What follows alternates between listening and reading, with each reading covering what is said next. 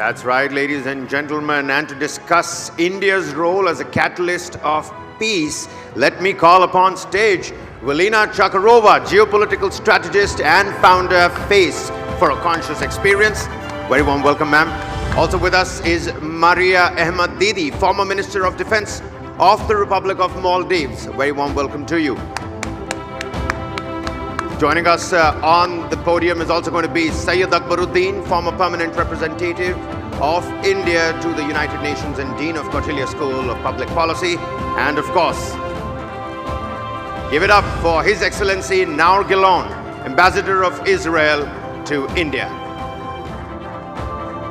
Very warm welcome to you, sir. I would also like to request TV9 Network's Aditya Rajkal to moderate this session. Aditya, can we please have you on stage? Many thanks. Over to you.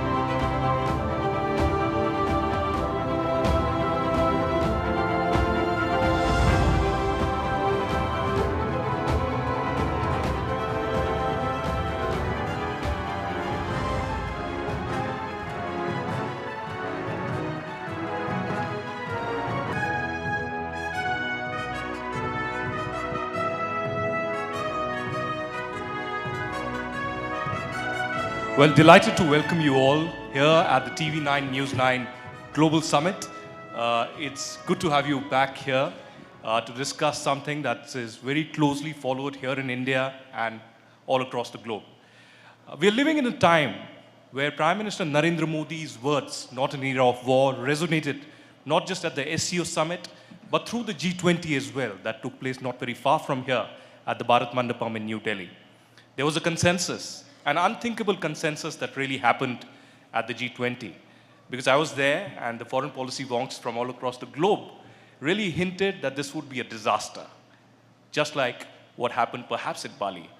But suddenly appeared Prime Minister Narendra Modi from nowhere on the very first day and said that a consensus had been achieved. Today, we discuss not an era of war, India as a global peace conflict, as a peace catalyst. And at the same time, we have to also understand and sink in this reality that we are living in a time when there are two simultaneous wars happening. There's been enough devastation after the 7th October terror attacks in southern Israel, in Gaza as well. And at the same time, with the statement from Ukraine, which said that 31,000 lives have been lost ever since the war 2 years ago. What is the end game for Russia? What is the end game for Israel here in this war? And of course, just like the Honorable Tony Abbott really mentioned a few minutes ago, that people are closely monitoring developments in Taiwan as well. Velina, let me come to you first.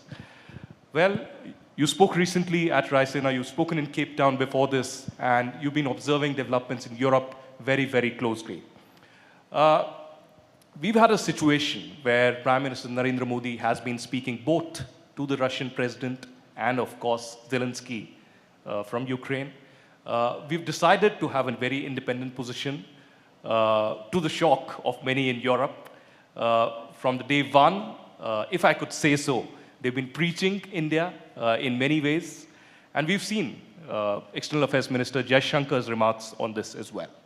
But how do you see the situation developing now? And how do you see India's role in this new international order? Thank you for having me. It's a great pleasure being here. Let me first outline very shortly how I see the, let's say, ongoing war. In my view, the war will continue at least up until 2025, 2026. We are going to face a new let's say, stage of escalation. This year, Russia has the upper hand. It is going to further mobilize. It has successfully bypassed Western sanctions, let's say to a great extent, even though that the West will introduce further packages. As we speak, just the 13th package was introduced by the European Union, apropos for the very first time also including an Indian company. And at the same time, actually, we've heard already from the speech of Mr. Abbott, the goal, the calculus of Russia is very clear what it is really about. It's first and foremost about, of course, Ukraine, and it is about the whole of Ukraine. So the longer the war lasts, the less of Ukraine will remain from Russia's position. That means that in a next step, they can move again against, let's say, the capital, Kiev, and they can try to seize more territory. But in the meantime, of course, they will be eyeing diplomatic negotiations. Why? Because this will legitimize already the controlled territories. Right now, they control around 17 to 18% of Ukraine's territory. They also want to legitimize Crimea as Russian one. So all we know, it is about the subjugation of the whole of Ukraine, but it is about more than that. Russia wants a new European security order. In fact, it wants to destroy the current security order, which has been more or less built up and settled for the last 30 years following the end of the Cold War. Russia wants a new game in which it could actually play off different European states against each other. It could have Russia-friendly governments, because we will have also elections, and at some point of time in the future, as you know, there will be economic repercussions, there will be greater geo-economic pain, and we have already actually a lot of things happening in terms of political forces, for instance, on the far right, but also on the far left, which pretty much actually side with the Russian position. But it is also about a new position of Russia in a new great game, in the long game, which is actually the new global order, where two forces, United States and China, are competing over the future of the global order. And here, Russia wants the pole position. Russia is a game changer. Russia has sided with China before making a move on Ukraine. And by siding with China, it has gotten also the comprehensive support. So what is India's stake here? First and foremost, India is going to bet on India. So it's going to try to take the best of the two worlds.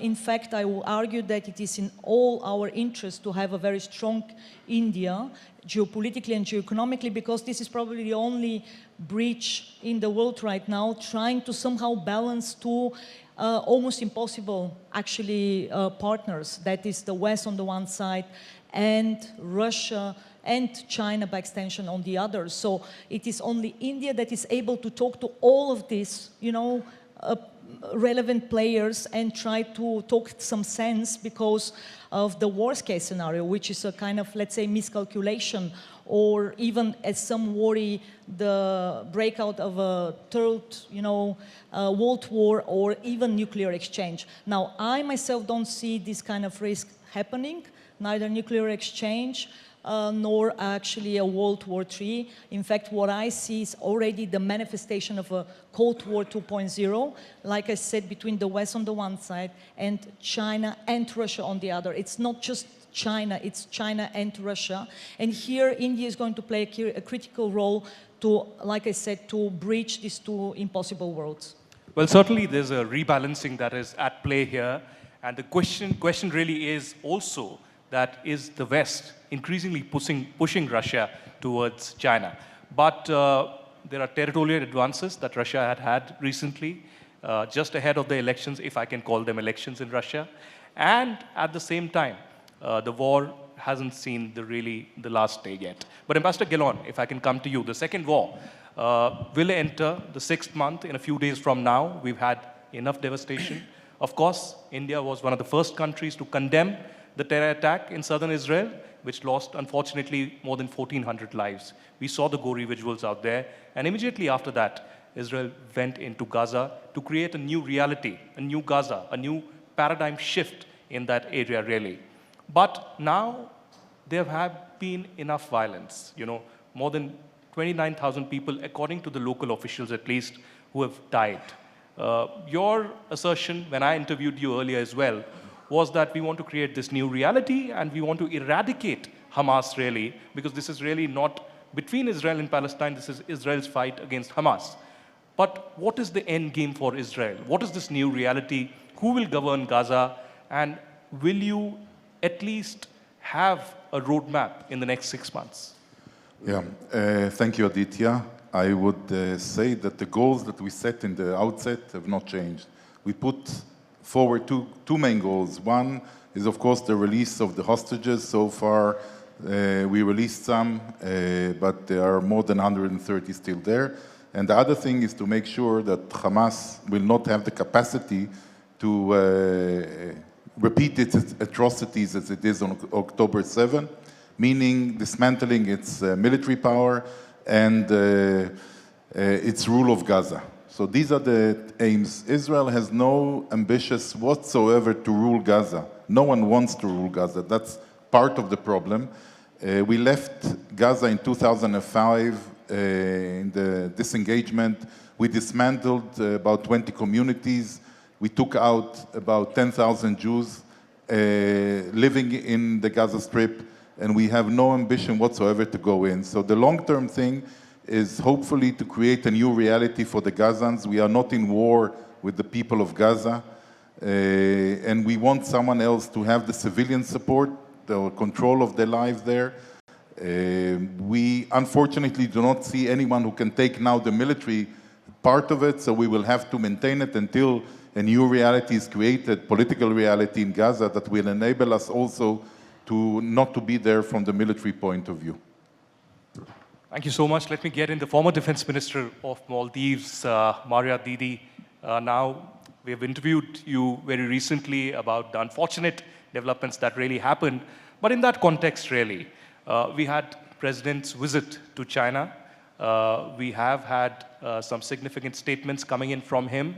But there's also the Maldives economy that is suffering immensely, especially in the recent weeks. But traditionally, we've had very good ties, historic cultural ties between India and Maldives. At the same time, we've had a robust defense cooperation. There has been a lot of aid that has been sent to Maldives as well. In this new reality, a new government in power, do you see India and Maldives coming together like before again? Do you think there will be course correction diplomatically and politically that will be done by Maldives? Especially because tourism is one of the biggest sectors out there. And at the same time, the big elephant in the room is China.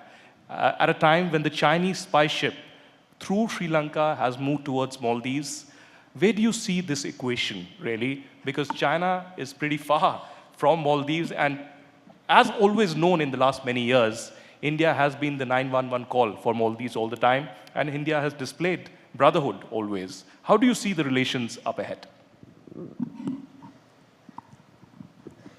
Interesting question. First of all, thank you very much for inviting me. It's nice to be back in incredible India, a place where I was first introduced to unity in diversity. I did my schooling here, and where I had the first taste for democracy.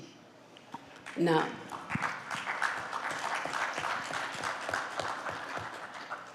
the question you ask is very interesting, because traditionally in Maldives, we had our defense policy based on foreign policy. And the policy has always been that, we don't encourage aggression. We don't encourage anger.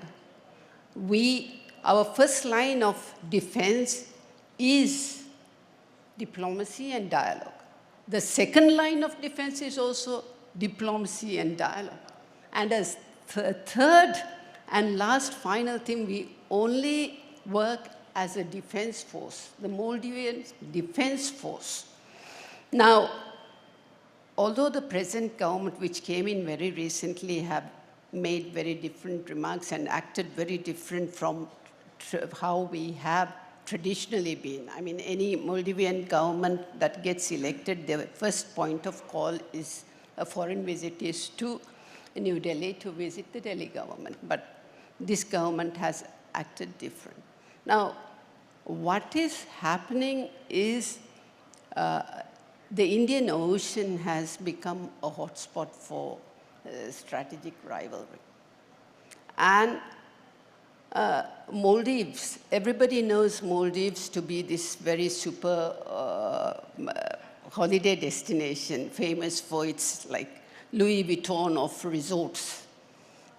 But the changing strategic environment and strategic rivalry, and also Maldives having through or near its archipelago sea lanes of communication, which makes up about 1/3 of the global commerce.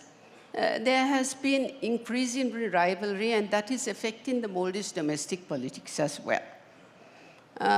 So we see a shift, but during our administration, we have always had the think that diplomacy, dialogue, keeping good relations with neighbors is what works. I mean, in an era where you all have said, this is not an era of war.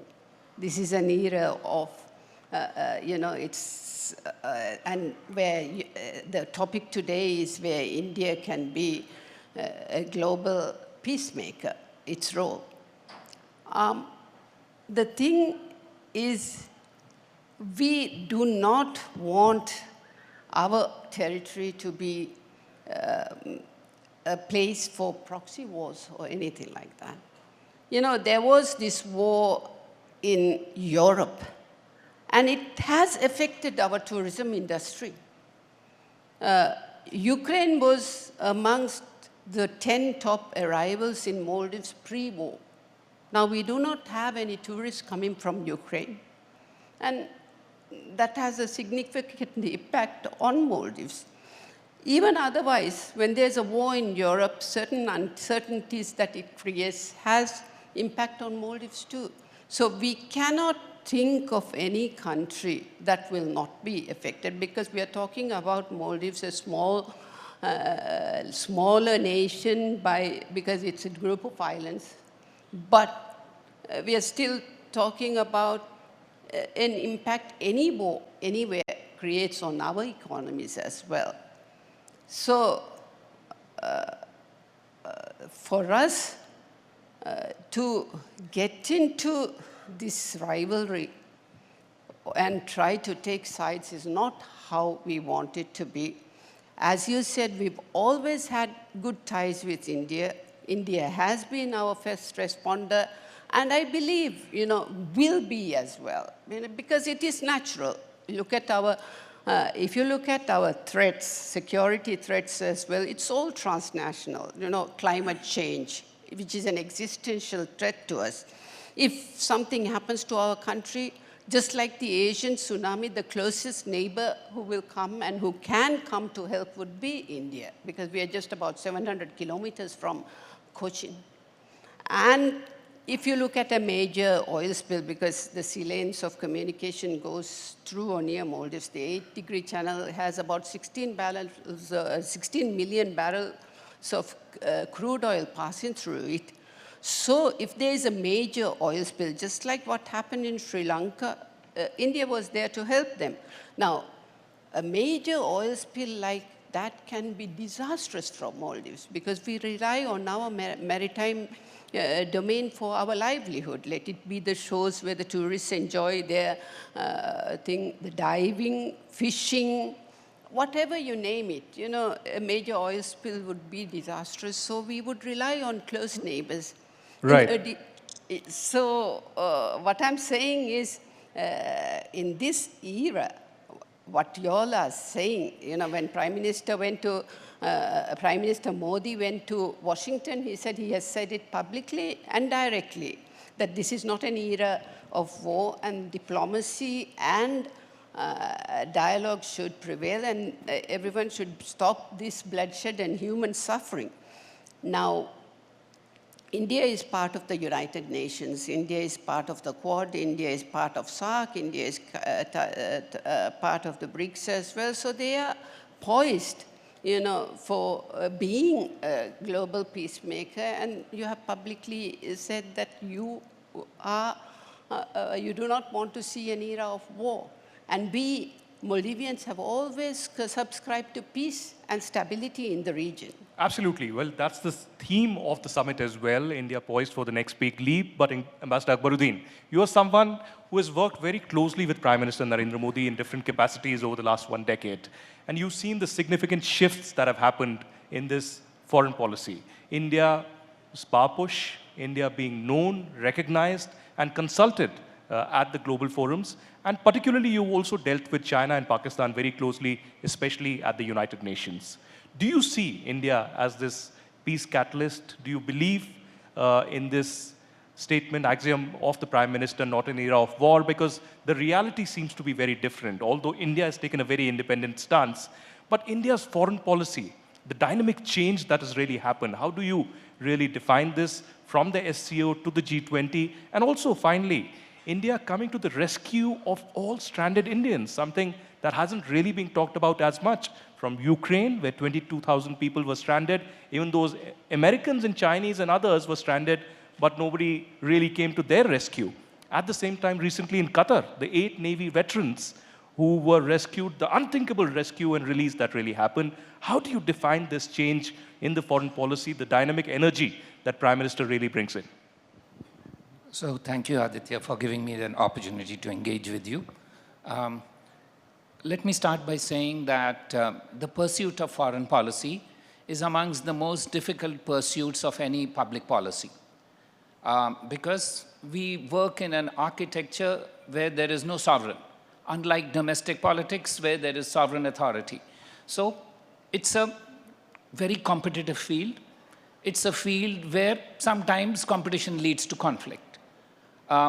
Doing well in that requires, if I may say, 3 or 4 big things to be ticked off. One, you require domestic stability. No country can take on a greater role if it doesn't have domestic stability. Look at India for the last 10 years. Because domestic stability is the basis for socio-economic growth. We've had good social economic growth. So we've ticked that under Prime Minister Modi. What's the next thing that you would want for a good activist foreign policy? Number 2, I would say, is a leadership which is willing to take risks. And let's not forget, when Prime Minister Modi became the Prime Minister 10 years ago, he had no experience of foreign policy, yet his first big move was something that foreign policy analysts never thought of, including me. I was then in the foreign ministry. He decided to call all South Asian leaders to his inaugural. This was anathema, yet it reflected a willingness to take risks. So in the Prime Minister, we have a leader who's willing to take risks, and over the last 10 years, he's now established himself as a global figure. So you've ticked off another box. What's the third thing that you would require?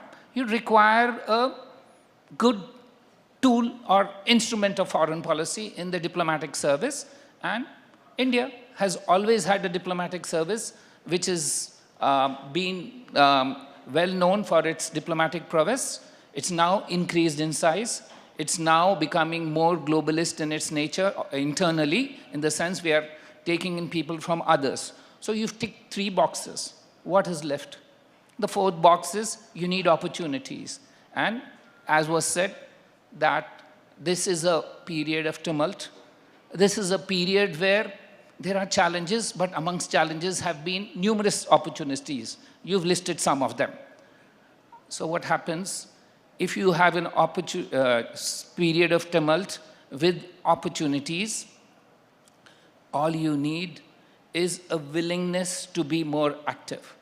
And a growing India has shown that. When Prime Minister Modi says that this is not an era of war, he doesn't mean that there will not be wars, because wars are endemic, conflict is endemic to the international system.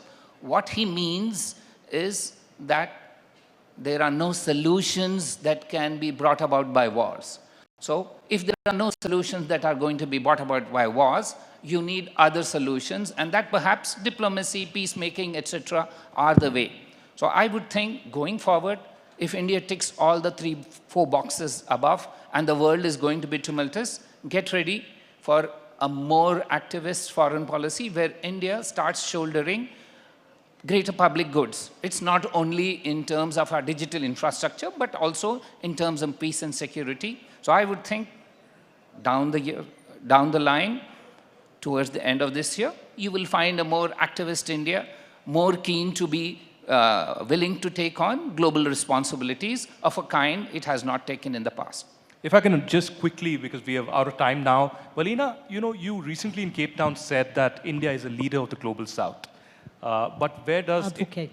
Advocate. Where does it put China really? Is China, on the other hand, looking to be the leader of the global North?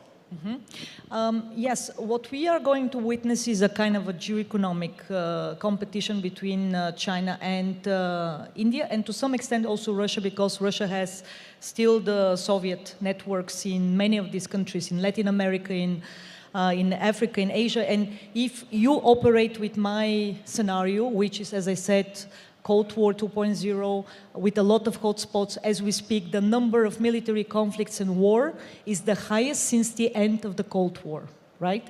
So you're going to have more of these hotspots, and of course, a lot of them, unfortunately, are going to happen in the global South. So there will be a dire need for more voices, for those who are voiceless. And here, India is going to present its own narrative. As it was already outlined, it's going to be a narrative of a new power that doesn't have a colonial past. Of course, Russia's narrative is to create actually an anti-imperial, anti-American, anti-colonial narrative, and it has successfully worked in the past, and I argue it will once again successfully work in the future. And China has a geoeconomic competition there. It is about the BRI. A lot of these countries are to some extent indebted, and of course it is about the Chinese presence and the way how China actually understands geostrategy. So what we may see is of course a kind of a competition with obviously non-military means about transport corridors, energy corridors, infrastructure projects, that kind of things. But more so, of course, we will see a bigger push for the G20 as, let's say, counter-narrative to the G7, because the G20 is all about development. So the power that will create a message on development, how development can be steered, let's say, bottom up, not just top down, because Chinese project is top down. This is going to be the most successful formula in my case. Well, we will be watching that very closely, but quickly to Ambassador Gillon, really, a comment on India. India and Israel are very important strategic partners. We have a very robust defense and technological partnership, but at the same time, India has been at the aid of Palestine as well. We've helped them, we've recently given them a lot of humanitarian aid through Egypt. How do you see this balancing? At the UN as well, India has come to the rescue of Palestine, at the same time believes firmly in the two-state solution. So I don't see a contradiction here. We all understand that at the end of the day, as was said before, we have to go to for a diplomatic or other solution. What we are doing now is to open the way for such a solution in the future. What India did, I think, from day one, and was led by Honorable Prime Minister Modi, in the afternoon of October 7, he already came out very strongly against the attack and against terrorism. And this was a very persistent view of India all along the way. Speaking of aid, we are also maximizing the support for aid because, as I said before, we have no quarrel with the Palestinian people. Before in the session, someone said a war between Israel and Palestine. It's an utter mistake. It's a war between Israel and an extreme terror organization, ISIS-like, called Hamas. We have no quarrel with the Palestinian Authority or the Palestinian people. So aid to the Palestinians is our interest as much as anyone else's. When it comes to a political solution, what will be the political solution? It's a big question. For a two-state solution, you need a strong and credible partner on the other side. I must say that so far the Palestinian Authority did not prove themselves as such. We just go back to 2005 when Israel left Gaza to the Palestinian Authority. In 2006, they lost the elections to Hamas, and 2007 kicked out by force. So we have to make sure, and what happened since then, a failed state was created in Gaza, which attacked Israel over the years. It wasn't once or twice. We were attacked periodically. Deterrence that was mentioned here, the more we created deterrence, we had a little bit more time of peace and quiet. But what happened on October 7 is a watershed. It's not the same skirmishes or small wars. This is a full-fledged war, and that's why Hamas has to be out of the picture, because you cannot deal with these extreme fundamentalists. They are not looking for a two-state solution. They are looking for the extinction of the State of Israel, as was mentioned by the Honorable Prime Minister. Iran is just the supreme leader just a couple of days ago again spoke of the annihilation of Israel off the map. I don't know any other country that is threatened to be destroyed. So I don't see any problem with the fact that India is supporting a political solution at the end, diplomatic, political. We are also looking for that, and now giving humanitarian and standing strong against terrorism. Fair enough. India, of course, stands against terrorism. There have been several statements that have been made, and one gentleman who's on the panel, Syed Akbaruddin, has been very vociferous at the UN, and that brings us to the end, unfortunately, of this panel, because we are out of time. And, you know, of course, on terrorism, India stands against it. There is perhaps time for UN reforms as well, reforms at the UN permanent membership level as well. And Prime Minister's words, not an era of war, really resonating out there. And perhaps we are looking towards India increasingly putting up a very dynamic face, a new role as a global peace conflict in the coming months and years. Thank you so much to everyone for joining us.